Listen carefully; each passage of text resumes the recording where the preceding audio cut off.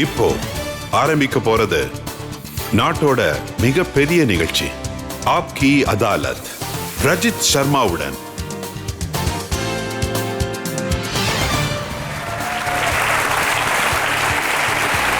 வணக்கம். ஆப்கி அதாலத்துக்கு உங்களை வரவேற்கிறேன். ஆப்கி அதாலத் இன்னைக்கு நம்ம பார்க்க போறது, திரைக்கு வந்த பார்வையாளர்களை பெருமூச்சு விட வைக்கிற ஒரு நடிகையை தான் நாம இன்னைக்கு பார்க்க போறோம். அவங்க உங்க முன்னாடி நேரில் வந்தா உங்க இதய துடிப்பு அதிகமாகிடும். Please welcome the sensational Bipasha Basu.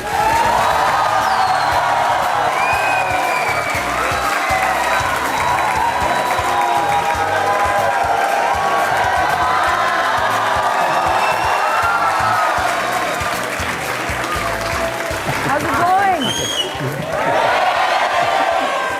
Scared, nervous? I'm going to sit down. Thank you, thank you. Bipasha பாசுவோட இந்த சிறப்பான வழக்குக்கு நாங்க நீதிபதியா இன்னைக்கு அழைச்சிருக்கிறது ப்ரொடியூசர், ரைட்டர், டைரக்டர், திங்கர். இவருக்கு பிபாஷா பாசுவை ரொம்ப நல்லாவே தெரியும். Please welcome Mahesh but.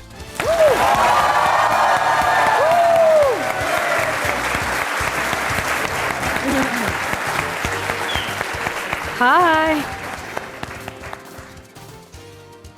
ஆப்கி அதாலத்தில் இன்னைக்கு நாம வழக்கு ஆரம்பிக்கிறதுக்கு முன்னாடி இன்றைய ஜட்ஜ் மகேஷ் பட் சார் அனுமதி கொடுத்தா நாம தொடங்கலாம். வழக்கு ஆரம்பிக்கும்.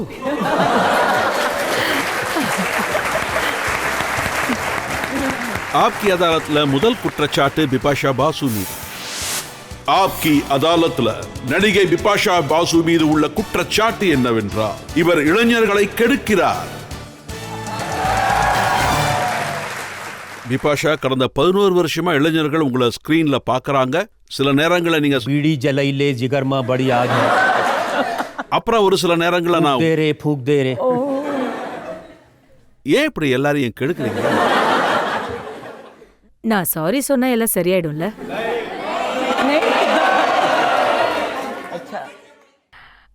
மேடம், நாங்க இன்னும் கெட்டு போகணும்னு நினைக்கிறோம். இந்த ஜெனரேஷன் கெட்டு போகணும்னு நினைக்கிறாங்க. இத பத்தி என்னோட கருத்து என்னன்னு பாத்தீங்கன்னா, பீடிய பத்த வச்சதால எனக்கு நிறைய பலன் கிடைச்சது. அது வந்து பாத்தீங்கன்னா,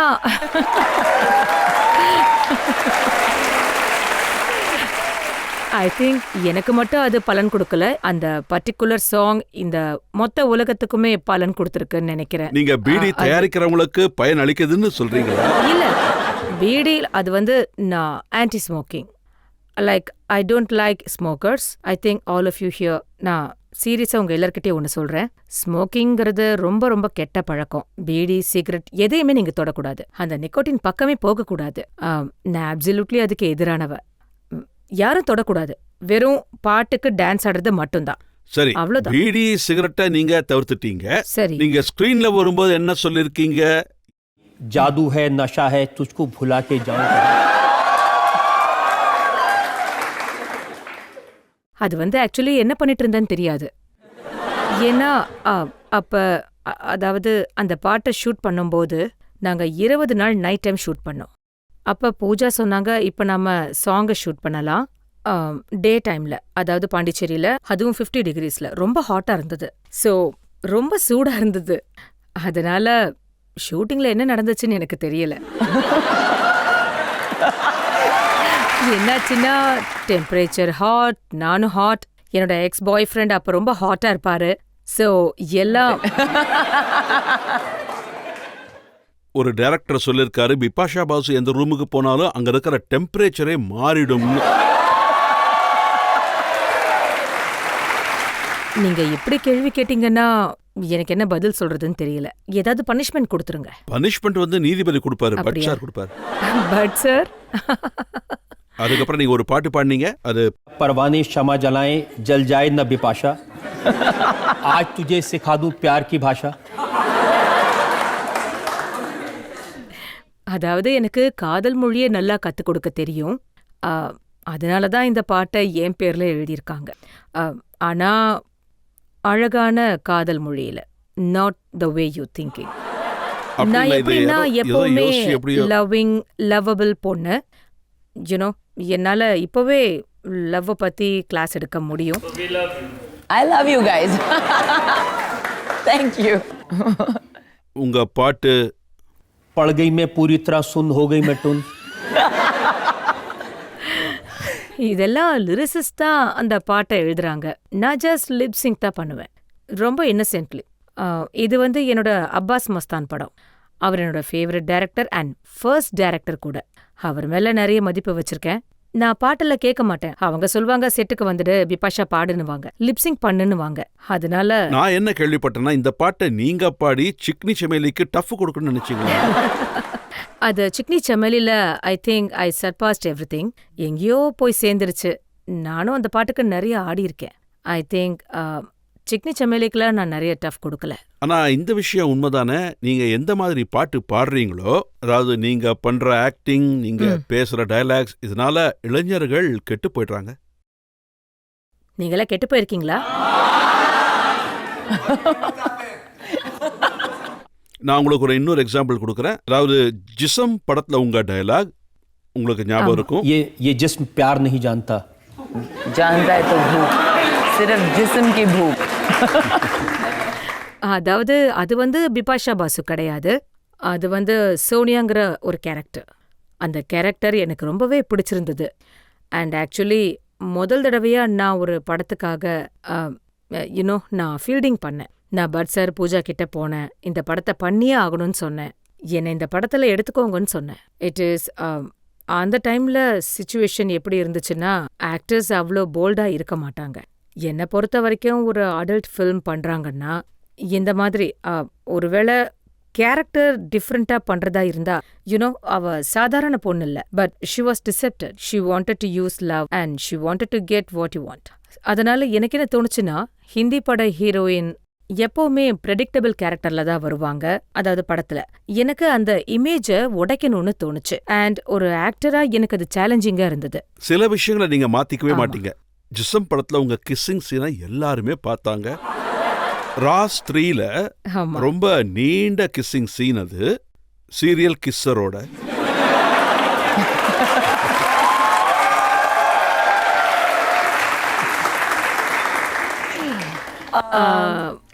நான் எப்பவும் என்ன சொல்வேன்னா, கிஸ்ஸிங் ஆன் த ஸ்க்ரீன் ரொம்பவே டஃப்பான ஒரு விஷயம். ஏன்னா அப்ப ரொம்ப இன்டிமேட்டான மொமெண்டா இருக்கும். ஜிசிம்ல நான் அதை பத்தி அவ்வளவா யோசிக்கல. ஏன்னா அப்ப அவர் பாய் ஃப்ரெண்ட். அதுல எனக்கு எந்த ஹெசிடேஷனும் இல்ல. ஆனா அதையே நான் ஸ்க்ரீன்ல பார்க்கும்போது ஓ மை காட் என்ன இதுன்னு தோணுச்சு. ஸோ அதுக்கப்புறம் இன்னொரு ஆன் ஸ்க்ரீன் கிஸ் இருந்தது ரன்வீரோட. அப்போ நான் ரொம்ப முயற்சி பண்ணேன் இதை கேன்சல் பண்ணி ஆகணும்னு. ஆனா ஆதித்ய சோப்ரா நான் சொன்ன எதையும் கேட்கவே இல்லை. அது ஆக்வர்ட் மூமெண்ட்னு கூட சொல்லலாம். And finally it look nice on the screen. But அதுவே இம்ரான் ஹாஸ்மியோட வந்தப்போ, நான் இப்போ உங்களுக்கு உண்மையை சொல்றேன், இம்ரான் ஹாஸ்மியோட விஷயம் வந்தப்போ நான் என்ன யோசிச்சேன்னா, அவர் ஒரு சீரியல் கிஸ்ஸர். ஒருவேளை நான் பட் சார் கிட்ட போய் I don't want him to கிஸ்னா, கெட் த கிஸ் அவுட்னா, நிஜமாவே மக்கள் என்னை அடிச்சிடுவாங்கன்னு நினைச்சேன். So I can't disappoint the audience. This is the first time நான் மேக்கர்ஸ் கிட்ட சொல்லலை, அதாவது முத்த வேண்டான்னு, ப்ளீஸ் அதை வைங்கன்னு. நான் கிஸ் பண்றேன்னு சொன்னேன். அது நெவர் எண்டிங் ஆயிடுச்சு.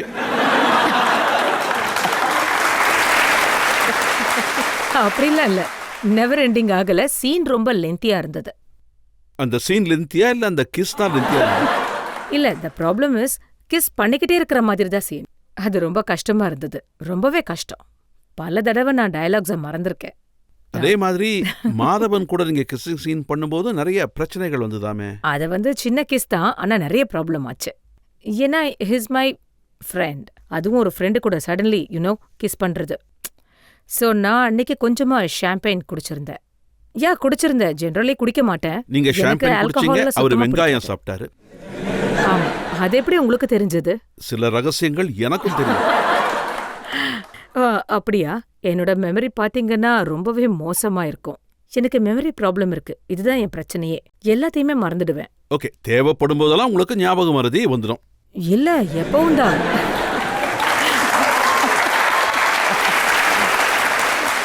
இல்ல, அதாவது என்னோட மெமரி வந்து ஒரு 3 மாசம் இருக்கும்னு நினைக்கிறேன், லாஸ் ஆயிடுச்சு. சில நேரங்கள்ல 3 days கூட இருக்கும். ஆனா ஒரே மாதிரியான ரோல் உங்களுக்கு மட்டும் இப்படி கிடைக்குது? நீங்க எப்படி அதே மாதிரியான ரோலே பண்றீங்க? எப்பவும் நீங்க புருஷன் பொண்டாட்டிக்கு நடுவுல வர 3வது ஆளாவே வரீங்க. நீங்க ஒரு முறை அப்படி நீங்க நடிச்சேன். செட்யூஸ் பண்றீங்க, மர்டர் பண்றீங்க. To play these kind of dark roles எனக்கு ரொம்ப பிடிக்கும். ஏன்னா நானும் ஒரு சாதாரண பொண்ணு தான். என்னோட லைஃப் ரொம்பவே பேசிக்கானது. டெஃபினெட்லி நான் ஃபேமஸாக இருக்கேன். அண்ட் அதை தாண்டி நான் வீட்டுக்கு போனால் நீங்களாம் என்ன பண்ணுறீங்களோ அதே தான் நானும் செய்வேன். So to live the life of somebody else very different from mind excites me. நீங்க வீட்ல என்ன பண்ணுவீங்கன்னு நான் உங்களுக்கு காட்டுறேன். உங்ககிட்ட நீங்க நடிச்ச படங்களை பத்தி மட்டும்தான் கேட்டுட்டு இருந்தேன். இப்ப நீங்க உங்க வீட்ல என்ன பண்றீங்கன்றத பாருங்க. பாருங்க. பட் சார் இதுல பாருங்க. நான் ரெஸ்ட் எடுத்துட்டு ஓ, இருக்கேன். இது வந்து ரெஸ்ட் எடுக்கிற மாதிரி இருக்கா? ரிலாக்ஸ். ரெஸ்ட் எடுக்கிறது ரொம்ப நல்ல விஷயம். படுக்கையில நல்லா ரெஸ்ட் எடுக்கணும் டைம் கிடைக்கும் போதெல்லாம். படங்கள்ல இந்த மாதிரி ரோல் பண்றது, செட்யூஸ் பண்றது இதெல்லாம் புரியுது. ஆனா ஒரு மேகசின் கவர்ல இப்படி நீங்க அதாவது ஒரு கம்ஃபர்ட் ஜோனுன்னு இருக்கும். நம்ம லைஃப் வந்து ஒவ்வொரு வருஷமும் மாறும் அண்ட் ப்ரையாரிட்டிஸும் மாறும். ஸோ இதில் நான் ஒரு விஷயம் சொல்லி ஆகணும். அப்போ அவர் என்னோட பாய் ஃப்ரெண்டாக இருந்தார். அப்புறம் இதுல பாய் நாங்க- ஃப்ரெண்டே இல்லையே. அதுவும் நல்லா தானே இருக்கு, ரொம்ப அழகா இருக்கு. எனக்கு இதுதான் ரொம்ப பிடிச்சிருக்கு.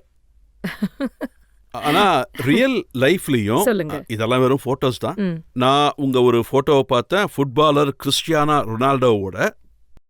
அதாவது அந்த விஷயத்தை பத்தி நான் எப்பவும் மீடியாக்கு கிளாரிஃபிகேஷன் கொடுக்க நினைக்கல. நான் இங்க ஆப்கி அதாலத்க்கு வந்த பிறகு இத்தனை வருஷத்துக்கு அப்புறம் I think I should talk about it. நான் ரொனால்டோவோட மிகப்பெரிய ஃபேன். அஃப்கோர்ஸ் இப்பவும் ஃபேன் தான்.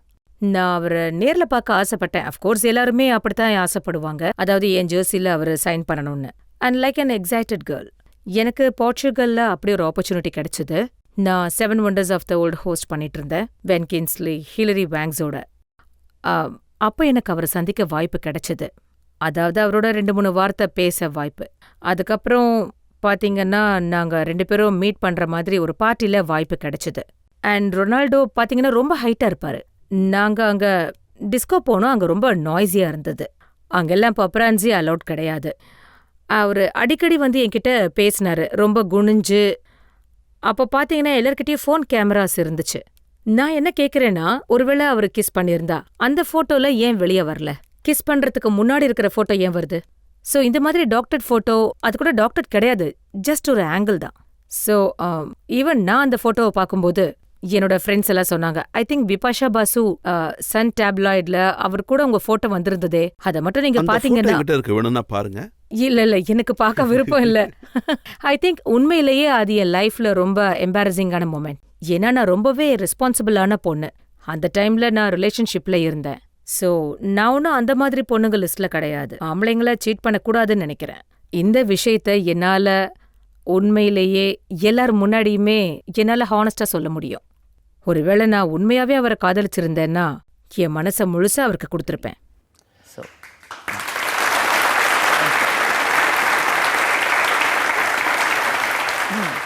பிபாஷா, நீங்க ஹானஸ்டா, சின்சரா எல்லாருக்கு முன்னாடியே இப்ப எல்லா விஷயத்தை பத்தி ஓப்பனா பேசுனீங்க. எனக்கு உங்க மேல நம்பிக்கை இருக்கு. இந்த குற்றச்சாட்டை இதோட முடிச்சிடுறேன். தேங்க்யூ. தேங்க்யூ. இப்ப ஒரு பிரேக் எடுத்துக்கலாம். ஆப்கி அதாலத்ல வழக்க தொடர்ந்து இருக்கிறது பிபாஷா பாசு மீது. திரும்ப வந்து கேள்விகளும் இந்த வழக்கையும் தொடரலாம். நீங்க இன்னொன்னு சொல்லியிருக்கீங்க இந்த இன்டர்வியூல, எனக்கு கிஸ்ஸிங் சீன் பண்றது ரொம்பவே கஷ்டமா இருக்கு அப்படின்னு. ரொம்பவே கஷ்டம். ஆனா இன்டிமேட் சீன் பண்றது ரொம்ப ஈஸின்னு சொல்லியிருக்கீங்க. ஏன்னா நாங்க எதுவுமே செய்ய தேவையில்ல இன்டிமேட் சீன்ல. மேல பாரு, அந்த பக்கம் பாரு, இங்க பாரு, அவ்வளவுதான்.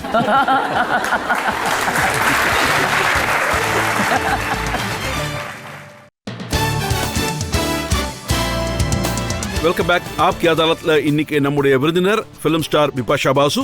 ஆப்கி அதாலத்ல அடுத்த குற்றச்சாட்டு. ஆப்கி அதாலத்ல பிலிம் ஸ்டார் பிபாஷா பாசு மீது உள்ள அடுத்த குற்றச்சாட்டு, இவர் தனது செக்ஸ் அப்பீல் மீது வெறி கொண்டவர்.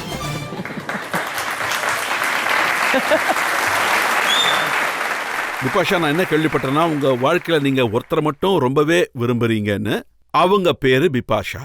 ரொம்ப வருஷத்துக்கு அப்புறம் நான் என்ன கத்துக்கிட்டேன்னா, நாம நம்மள காதலிக்கிறது ரொம்ப முக்கியம். இந்த விஷயம், இந்த புரிதல் எனக்கு லேட்டா தான் கிடைச்சது. அண்ட் நான் ஒரு பிராண்ட் ஆரம்பிச்சிருக்கேன். அது பேரு பேபி லவ் யோர் செல்ஃப். அது மூலமா நான் மக்களுக்கு ஊக்குவிப்பு கொடுக்கறேன்.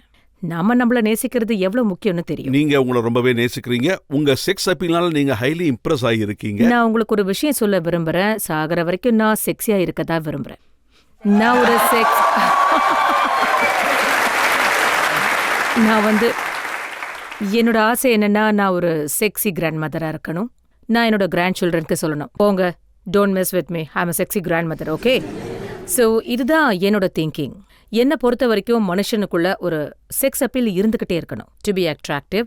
ஆனா அதுக்கான அர்த்தம் இது கிடையாது. It's about picture perfect face, very sexy body, personality செக்ஸியா இருந்தா போதும்னு சொல்றேன். அண்ட் செக்ஸ் அப்பீல்ங்கிறது யாராலையும் அக்வயர் பண்ண முடியாது. You have to be born with it. நீங்க ஒருவேளை ஃபில்ம் இண்டஸ்ட்ரியில நான் என்னோட செக்ஸ் அப்பீலை யூஸ் பண்றேன்னு சொன்னீங்கன்னா, நான் அதை கண்டிப்பா ஒத்துக்குவேன். என்னை பொறுத்த வரைக்கும் செக்ஸிங்கிறது ரொம்ப அபியூஸான ஒரு டேர்மா இருந்தது. அதாவது ஃபில்ம் இண்டஸ்ட்ரிக்குள்ள நான் வரும்போது எல்லா ஜேர்னலிஸ்டும் என்கிட்ட உங்களை செக்ஸின்னு கூப்பிட்டா உங்களுக்கு என்ன தோணும்னு கேட்பாங்க. So I use to think that எனக்கு அது ரொம்ப பிடிச்சிருக்கு. உங்களுக்கெல்லாம் ஏன் அது வெறுப்பா இருக்குன்னு எனக்கு தெரியல. பட் என்னை பொறுத்த வரைக்கும் செக்ஸியா இருக்கிறது இம்பார்ட்டன்ட். அது சரி, மட்டும் உங்களோட இல்ல, உடலின் ரகசியம் என்னன்னு கேட்டா, நான் ரொம்பவே ஒர்க் அவுட் பண்ணுவேன். ரெகுலரா ஒர்க் அவுட் பண்ணுவேன். என்னை ரொம்ப நல்லா பார்த்துக்குவேன். நல்லதை மட்டும்தான் நான் சாப்பிடுவேன். ஏன்னா எனக்கு கிடைச்சிருக்கிறது ஒரு லைஃப் தான். அண்ட் ஒரு மனுஷன் கிட்ட இந்த உடம்ப தவிர வேற எதுவும் கிடையாது. ஒருவேளை நம்ம கிட்ட இந்த உடம்பு மட்டும் இல்லைன்னா உங்களோட மூளை வேலையே செய்யாது. அதனால ரொம்ப முக்கியமான விஷயம், நீங்க இந்த உடம்ப உங்க ஹெல்த்ல இன்வெஸ்ட் பண்ணணும். ஸோ ஒரு பீரியட்ல நீங்க சுத்தமா வழி தவறி போயிட்டீங்க. கம்ப்ளீட்டா போயிட்டேன். ஒரு ஜேர்னலிஸ்ட் உங்களை குண்டுன்னு சொல்லிட்டாரு. சொன்னாரு. எனக்கு அது நல்ல ஞாபகம் இருக்கு. ஒரு டேப்லெட் சொன்னாங்க, பிபாஷா பிகம்ஸ் ஃபேட் இன் போல்ட் லெட்டர்ஸ். ஆனா எனக்கு என்ன தோணும்னா, இல்லையே, நான் பார்க்க ரொம்ப கியூட்டா தானே இருக்கேன், நான் எப்போ ஃபேட் ஆனேன்னு தோணும். எனக்கு அந்த டைம்ல உண்மையிலேயே ஆக்சுவலி பிசினஸ்ங்கிறது டைலூஷனல் தான். அதாவது பிகாஸ் ஆஃப் யுவர் சக்சஸ்ஃபுல், அதாவது நீங்க தினமும் வேலை பார்க்குறீங்க. அந்த டைம்ல நமக்கு ஃபேஸ்ல ரியாலிட்டியே தெரியாது. அதுவும் ரொம்ப வருஷத்துக்கு முன்னாடி. அந்த டைம்ல என்னோட ஏஜ் 23 இல்ல 24 இருக்கும். அப்போ எல்லாரும் என்ன ஃபேட்டுன்னு சொல்லுவாங்க. அண்ட் இல்ல, நான் ரொம்ப சக்சஸ்ஃபுல்லா இருக்கேன், என்கிட்ட நிறைய வேலை இருக்கு, பார்க்க அழகா தான் இருக்கேன், என யாரும் எதுவும் சொல்றதில்ல. பட் அந்த மாதிரி ஹார்ஷ் ரியாலிட்டி சில நேரங்கள்ல நமக்கு தேவைப்படும் தான். அதாவது நம்மளோட கரண்ட் சரௌண்டிங் இருக்கும்ல, அது சில நேரங்கள்ல நம்மள டிலூஷன் ஆக்கிடும் ஃபில்ம் இண்டஸ்ட்ரியில. So I think I required that slap on my face. சரி, எப்படியோ குண்டாயிட்டேன், இனி நாமே நம்மள பார்த்துக்கணும். Because film industry is a visual medium. இதுல ரொம்பவே முக்கியமான விஷயம் என்னன்னா, நம்மள நாம ரொம்ப அழகா பிரசன்ட் பண்ணணும். அவ்வளவுதான். 2ல பிகினி போட்டுக்கிறதுக்காகவே நீங்க மறுபடியும் கொஞ்சம் டோன் டவுன் ஆயிருக்கீங்க. ஆமா, எனக்கு ஆதித்ய சோப்ரா சார் 1 வருஷம் கொடுத்தாரு. பிகாஸ் ஏன்னா அவரு நீங்க ரியோ போய் அங்க நீங்க பிகினி போடணும், சர்ஃபிங் பண்ணணும்னு சொன்னாரு. ஐ செட், என்னால எப்படி முடியும், நான் ரொம்ப குண்டா இருக்கேன், I can't wear bikini on screen. அதுக்கு அவர் சொன்னாரு, I will give you 1 year. அவரு எனக்கு ஹெல்ப் தான் பண்ணாரு. I think என்னோட my romance with fitness started with No Entry, and அதுக்கப்புறம் பார்த்தீங்கன்னா Doom 2.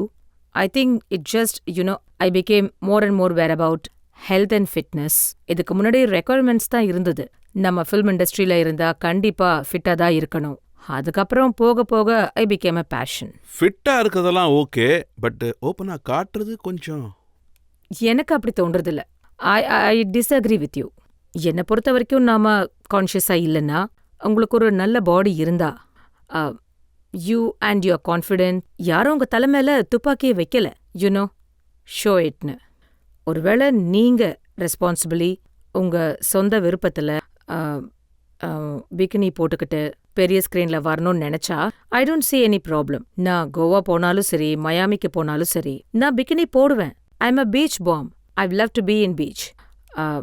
நான் என்னோட ரியல் லைஃப்ல பிகினி போட்டுக்கும்போது ஆன் ஸ்கிரீன்ல போடுறதுக்கு டபுள் ஸ்டாண்டர்டா இருக்கக்கூடாதுன்னு நான் நினைக்கிறேன். ஆனா எப்பெல்லாம் நீங்க வேற மாதிரி ரோல்ஸ் எல்லாம் ட்ரை பண்ணீங்களோ, அதாவது அதுல செக்ஸ் அப்பீலே இல்லாம, ஆக்ரோஷ் ஒரு படம், லம்ஹா காஷ்மீரை பத்தி ஒரு படம், ஆக்ரோஷ்ல பீகார் பத்தின பிரச்சனைகள் இருந்தது, அந்த படங்கள்லாம் ஓடல. அதனால உங்களுக்கு ஏதாவது செட்பேக்னு தோணுச்சா? இல்ல இப்படி? கண்டிப்பா தோணுச்சு. அதாவது ஒரு ஆக்டருக்கு எப்பவுமே என்ன ஆசை இருக்குன்னா, எந்த ரோலா இருந்தாலும் பொருத்தமா இருக்கணும் அண்ட் ஹானஸ்ட்லி பெர்ஃபார்ம் பண்ணணும். லம்ஹா படத்தை யார் யாரெல்லாம் பார்த்தாங்களோ அவங்கெல்லாம் என்ன ரொம்ப பாராட்டினாங்க. ஸ்பெஷலி கிரிட்டிக்ஸில் எனக்கு ஒரு விஷயத்தில் நான் ரொம்ப லக்கி.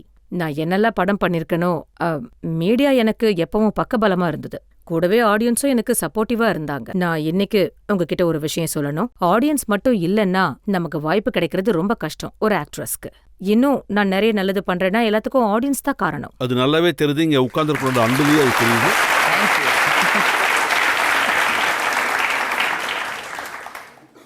ஆனால் அதுக்கப்புறம் நீங்கள் உங்கள் வழியை மாற்றிட்டீங்க. ஆனால் இம்ரான் ஹாஷ்மியோட நடிக்கும்போது நான் இவர் கூடலாம் நடிக்க மாட்டேன், இவர் வயசில் ரொம்ப சின்னவர்னு சொல்லியிருக்கீங்களாமே. அதாவது நான் ஒரு குருடி, எல்லா ஹீரோவும் சின்னவங்க தான். அதுதான் எனக்கு ஒன்றும் புரியல. இம்ரான் எனக்கு சின்னவர்னு ஏன் தோணுச்சுன்னு தெரியல. ஆனால் இப்போ ராஷ்ட்ரியில் இம்ரானோட ஒர்க் பண்ணது உங்களுக்கு பிடிச்சிருக்கா? ரொம்ப பிடிச்சிருக்கு. ஐ திங்க் ரொம்ப அற்புதமான ஆக்டர். அந்த சீரியல் கிஸ்ஸருங்கிற அந்த டேக் வந்து அது ஒரு ஹிஸ்ட்ரி. பட் பியாண்ட் தட் என்னை பொறுத்த வரைக்கும் Imran Hashmi has just role as an actor. அவரோட படத்தில் நான் ஒரு பகுதியாக இருந்தேன். ஃபுட்பாத் படத்தில் நாங்கள் 2 பேரும் ஒன்றா நடிச்சிருந்தோம். நாம் 2 பேரும் பிரதர் அண்ட் சிஸ்டராக நடிச்சதுனால ஃபுட்பாத் படம் ஓடலைன்னு அவர் சொல்லுவார். உண்மையிலேயே அவர்கிட்ட ட்ரெமெண்டஸ் டேலண்ட் இருக்கு. ரொம்ப அற்புதமான ஆக்டர். அதே மாதிரி நீங்கள் ஒரு இன்டர்வியூவில் சொல்லியிருக்கீங்க, எனக்கு இந்த கிஸ்ஸிங் சீன் அதில் நடிக்கிறது தான் ரொம்பவே கஷ்டம். ரொம்ப கஷ்டம். ஆனால் இன்டிமேட் சீன் பண்ணுறது ரொம்பவே சுலபம். ஆமாம், ஏன்னா எதுவுமே செய்ய தேவையில்லை. இன்டிமேட் சீனில் மேலே பார்க்கணும், அந்த பக்கம் இந்த பக்கம், அவ்வளோதான், முடிஞ்சு போச்சு.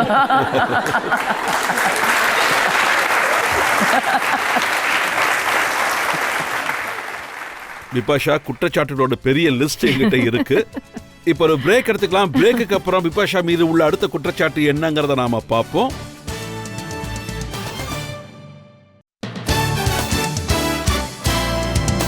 Welcome back. ஆப்கி அதாலத்தில் இன்னைக்கு நம்ம கூட இருக்கிறது ஃபிலிம் ஸ்டார் பிபாஷா பாசு. அவங்க மீது தான் நாம விசாரணையை நடத்திக்கிட்டு இருக்கோம். ஆப்கி அதாலத்தில் அடுத்த குற்றச்சாட்டு. ஆப்கி அதாலத்ல பிலிம் ஸ்டார் பிபாஷா பாசு மீது உள்ள குற்றச்சாட்டு என்னவென்றால், இவங்க மிகப்பெரிய குறும்புக்காரர். பிபாஷா, நீங்க படிச்ச ஸ்கூல்ல இருந்து எனக்கு ஒரு தகவல் கிடைச்சது. உங்க ஸ்கூல்ல உங்களை லேடி ரவுடின்னு சொல்லுவாங்க.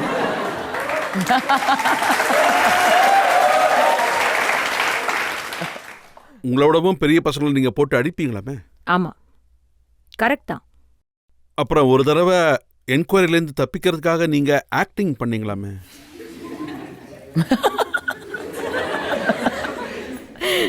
கரெக்ட் தான். ஆனா அப்போ எனக்கு தெரியாது நான் இவ்வளோ நல்லா நடிப்பேன்னு. ஏன்னா நான் ஒரு சயின்ஸ் ஸ்டூடெண்ட். நான் தான் கிளாஸில் ஃபர்ஸ்ட் ரேங்க் வருவேன். எனக்கு செகண்ட் ரேங்க் வர்றது பிடிக்கவே பிடிக்காது. ஸோ என்னோட மேக்ஸ் எக்ஸாமுக்கு முன்னாடி நான் சரியாக ப்ரிப்பேர் பண்ணவே இல்லை. ஸோ நான் என்ன நினச்சேன்னா, ஒரே ஒரு ரிவார்ட் மட்டும் நான் மிஸ் பண்ணுவேன். ஒரு சின்ன ஆக்டிங் பண்ணலாம். So I pretended to fail.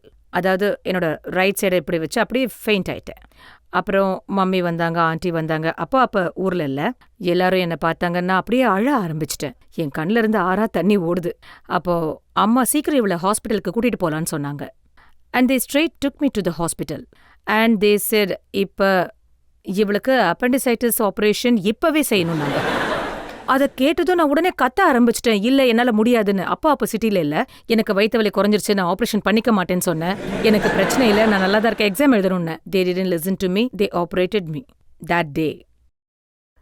So எனக்கு இவ்வளோ பெரிய மார்க் இருக்கு என்னோட வயிற்றுல. ஸோ அந்த மார்க் நான் எப்பவும் பொய் சொல்லக்கூடாதுங்கிற விஷயத்தை எனக்கு ஞாபகப்படுத்திக்கிட்டே இருக்கு.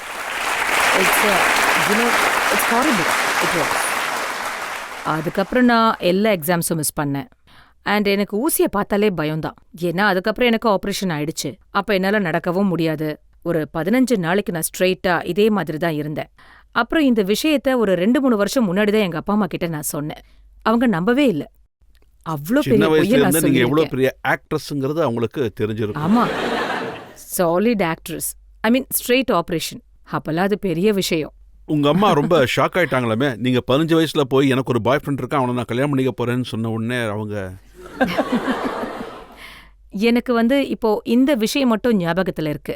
ஏன்னா என் மம்மி ரொம்ப ட்ராமாட்டிக். படத்துல வர மம்மி மாதிரியே இருப்பாங்க. நம்ம கிரண் கேர் இருக்காங்கல்ல, அதே மாதிரி தான் இருப்பாங்க. My mother's like that, but Bengali style. So நான் அப்போ ஸ்கூல்ல இருந்து வந்து ஒன்று சொன்னேன், mummy I have fallen in love. அப்போ என் மம்மி ஆக்சுவலாக நின்றுக்கிட்டு இருந்தாங்க. அப்படியே ஃபெயிண்ட் ஆகி ஒரு பெரிய ட்ராமாவே நடந்துச்சு. நான் மம்மி கிட்ட சொல்லிட்டேன், நீங்கள் ட்ராமா பண்ணாதீங்க, எனக்கு 2 சல்வார் செட் வேணும். பிகாஸ் அப்போ நான் வெறும் ஷார்ட்ஸ் மட்டும்தான் போடுவேன். ஐ செட், எனக்கு 2 சல்வார் குர்த்தா தச்சு கொடுங்க. ஏன்னா அவன் மார்வாடி. அவன் வீட்டு ஆளுங்களை கவர் பண்ண நான் சல்வார் குர்தா தான் போட வேண்டியிருக்கும். அண்ட் இன்னிலிருந்து நான் வெஜிடேரியன். அதுக்கு முன்னாடி வரைக்கும் நான் நான்வெஜ்னு பேப்பர்ல எழுதினா கூட சாப்பிட்டுடுவேன். அப்படி ஒரு பொண்ணு. நான் போய் சடன்லி சொன்னேன், இன்னிலிருந்து நான் வெஜிடேரியனா மாறுறேன், சல்வார் ட்ரெஸ் வேணும்னு சொல்லிட்டேன். கல்யாணம் பண்ண அவனை தான் பண்ணிப்பேன்னு ஸ்ட்ரிக்டா சொல்லிட்டேன். So my poor mother had no choice. அவங்க எனக்கு சல்வார் குர்தா தச்சு கொடுத்தாங்க. And so she I am very loving girl. நான் எப்படின்னா, நான் காதலிச்சேன்னா முழு மூச்சா அதில் இறங்கிடுவேன். ஆனா அது ரொம்ப நாளைக்கு நீடிக்கல. ஏன்னா நான் அதுக்கப்புறம் பாம்பேக்கு வந்துட்டேன். நீங்க எந்த அளவுக்கு லவ்விங்னா உங்க அம்மா உங்களை பானி ஹிட்லர்னு சொல்றாங்க. ஆமா, ஹிட்லர் தான். இப்பவும் அவங்க என்ன பார்த்து பயப்படுறாங்க. My mother is little bit scared of me. ஏன்னா அவங்களுக்கு தெரியும் நான் எப்படின்னா, எனக்கு உடனே கோவம் வந்துடும். வந்த வேகத்துல இது காணாமையும் போயிடும். அதாவது என்னோட கோவத்துக்கு ஒரு கண்ட்ரோலே கிடையாது. அது ஒரு வகையில யூஸ்லெஸ் ஆன கோவம்தான். ஆனா இப்படி டஃப்பா இருக்கக்கூடிய உங்களுக்கு, கோவப்படக்கூடிய உங்களுக்கு இந்த பேய்னா ரொம்ப பயமா? ரொம்ப பயம்.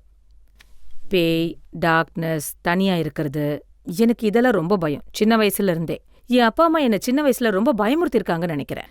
ஏதோ பண்ணியிருக்காங்க. சின்ன வயசுல நான் அக்கா இல்லாம தூங்க மாட்டேன். அதே மாதிரி இதுவும் உண்மையா? வாழ்க்கையில ரொம்ப கஷ்டம் வந்தா, ஏதாவது சோகமா ஏற்பட்டா நீங்க ரொம்பவே அழுவீங்களாமே? ஆமா, ரொம்ப கத்தி கத்தி அழுவேன். ஒரு 2-3 நாளைக்கு ரூமை விட்டு வெளியே வரவே மாட்டேன். அழுது அழுது ஃபினிஷ்ட். அப்புறம் 3 நாளைக்கு அப்புறம் no turning back, like that's it. சொல்யூஷனை தேடி முன்னேறி போகணும்.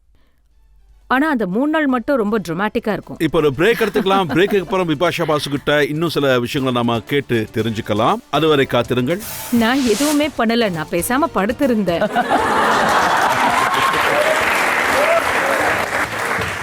I'm in trouble. அப்புறம் சில வருஷங்களுக்கு அப்புறமா ஜான் தான் பண்ணிட்டு இருந்தார், நீங்க எதுவுமே பண்ணல.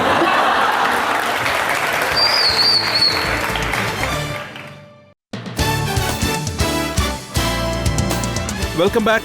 ஆப்கி அதாலத்ல இன்னைக்கு நம்மோட விருந்தாளி film star Bipasha Basu. Sensational Bipasha Basu மீது மக்கள் சார்பில் அடுத்த குற்றச்சாட்டு.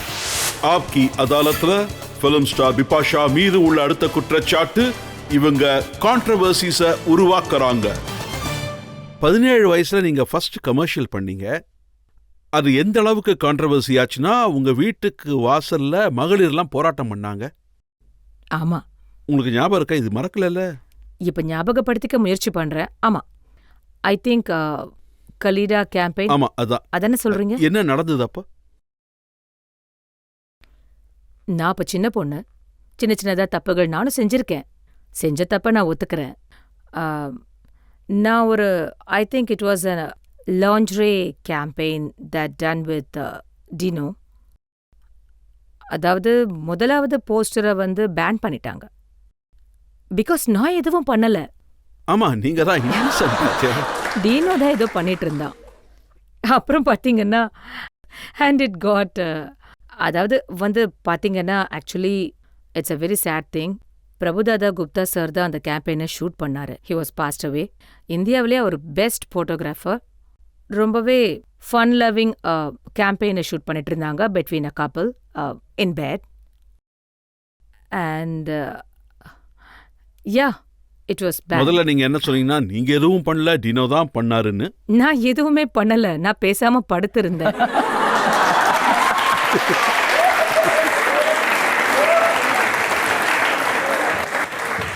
I'm in trouble. அப்புறம் சில வருஷத்துக்கு அப்புறம் நீங்க எதுவும் பண்ணல, ஜான் தான் பண்ணாரு.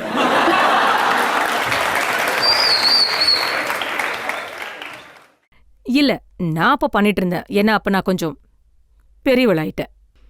யா, active participation of both people. Yeah, for Jism, right? நீங்க எனக்கு இப்ப என்ன சொல்றதுன்னு ஒண்ணுமே புரியல. என் கை இப்ப ரொம்ப கோல்ட் ஆயிடுச்சு. என்கிட்ட இருந்து ஒழுங்கா பதில் வருமானு தெரியல. ஜான் ஆப்கி அதாலத்துக்கு வந்தபோது உங்களை பத்தி நிறைய நல்ல விஷயங்களை சொன்னாரு. நான் அன்னைக்கு டெல்லியில தான் இருந்தேன். அவர் என்னெல்லாம் சொன்னாருன்னு நீங்க கேட்டீங்களா? கேட்டேன். நான் அன்னைக்கு டெல்லியில தான் இருந்தேன். நீங்க ஷோ நடத்தினப்ப நான் பார்த்தேன். எனக்கு தெரியும். நீங்க அவருக்காக என்னவெல்லாம் பண்ணீங்களோ அதை ஒவ்வொன்னா அவர் எடுத்து சொன்னாரு. மனுஷங்க ஞாபகம் வச்சுக்கணும். ஆடியன்ஸ் யாராவது கேள்வி கேட்க விரும்புறீங்களா? ஃபியூச்சர்ல நீங்களும் ஜானும் சேர்ந்து நடிக்க வாய்ப்பு இருக்கா? டெஃபினெட்லி நடிக்க வாய்ப்பு இருக்கு. என் சைடுல இருந்து எந்த ப்ராப்ளமும் இல்ல. அவர் வரதை நீங்க விரும்புறீங்களா? நான் விரும்புறத பத்தி சொல்லணும்னா, நான் இன்னும் நிறைய விஷயங்களை செய்ய விரும்புறேன். ஒருவேளை நாங்க ஒரு நல்ல சிவிலைஸ்ட் மேனர்ல as grown up human beings ஆர்டிஸ்டா நாங்க நடிக்கணும்னா நிச்சயமா சேர்ந்து நடிப்போம். நீங்க சொல்லியிருக்கீங்க இப்ப இருக்கிற பசங்க இல்ல, இதை நான் சொல்லல. நீங்க என்ன சொல்ல வரீங்கன்னு எனக்கு லூசர்ஸ் தெரியும். மாதிரி இருக்காங்கன்னு சொல்லியிருக்கீங்க. நான் அப்படி சொல்லல. நான் சொன்னது ஆக்சுவலி ஜேர்னலிஸ்ட் வந்திருந்தாரு. அவர் என்ன சொன்னாருன்னா, உங்களை சுத்தி ஹாட்மேன் நிறைய பேர் இருக்காங்க, யாராவது டேட் பண்றீங்களான்னு கேட்டாரு. அதுக்கு நான் ஆல் ஆர் லூசர்ஸ்னு சொன்னேன். இப்படி விளையாட்டா தான் சொன்னேன். அதுல எந்த ஒரு சீரியஸ்னஸும் இல்ல. அதுக்கு டைட்டில் என்ன தெரியுமா வந்துச்சு? All men R losers. அதுக்கு பதில் கொடுக்குற மாதிரி நான் ஒரு ட்வீட் போட்டேன். I love men. And it's true. I love men. என்னோட ஃப்ரெண்ட்ஸ்ல நிறைய பேர் மேல் ஃப்ரெண்ட்ஸ் தான். And yeah, I don't think so. I really don't think so. I think men are fantastic.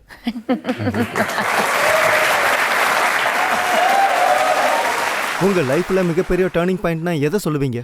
இங்க நிறைய விஷயங்கள் ஓப்பன் ஆயிட்டு இருக்கு. கடந்த கால விஷயங்களை பத்தியும் நிறைய பேசிட்டேன். ரொம்ப நாளா மறந்திருந்த விஷயங்களை சொல்லிட்டேன். I think turning point in my life at this point I would say is from the time I had a breakup. ஆமா, அதேதான்.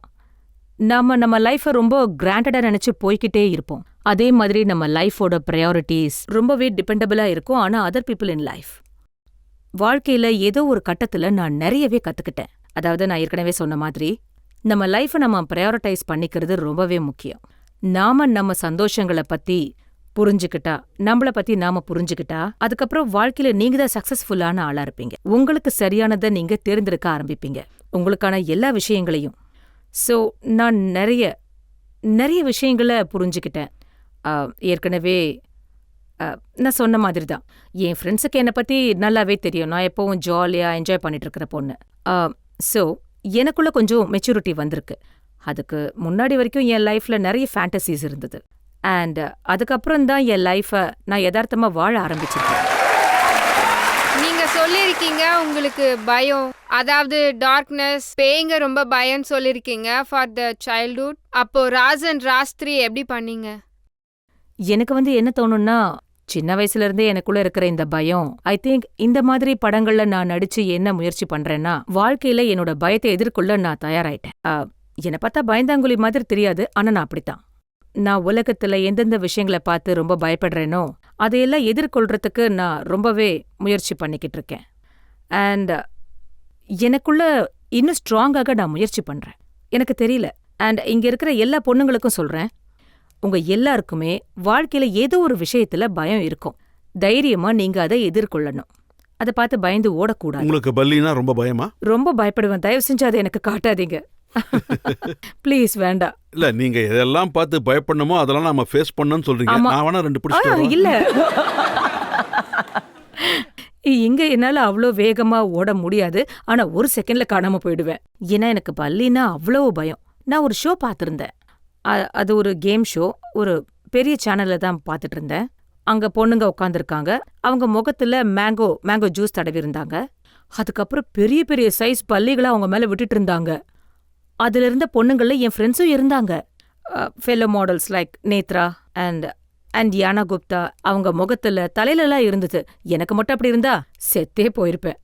எனக்கு அப்படிப்பட்ட பணம் தேவையே இல்லை. அந்த மாதிரி எக்ஸைட்மெண்ட்டும் தேவையில்லை. என் முகத்துல ஒரு பல்லியை விடுறத நான் அனுமதிக்கவே மாட்டேன். I can't do that.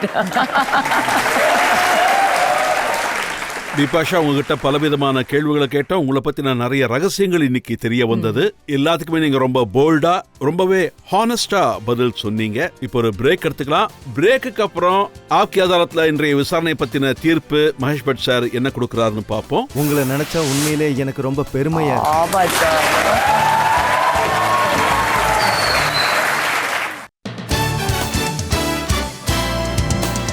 Welcome back.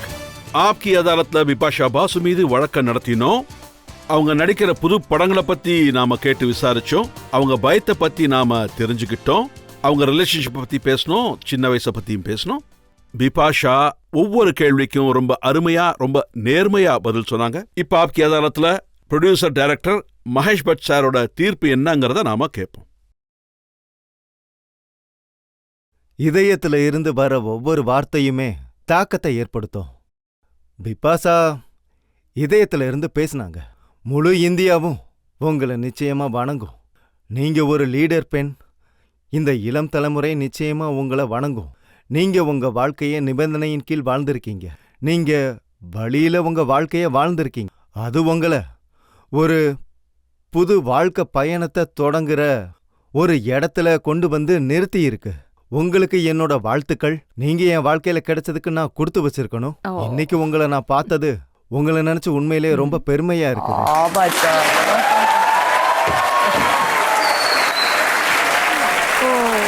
இப்போ நான் ஒன்று அழுதுடுவேன். பட்சாருக்கு நீங்க ஏதாவது சொல்ல விரும்புறீங்களா? நான் ஒரு எமோஷ்னலான பொண்ணு தான். அண்ட் பட் சார் மாதிரி ஸ்வீட் பர்சன் கிட்ட பாராட்டு வாங்கியிருக்கேன். Thank you.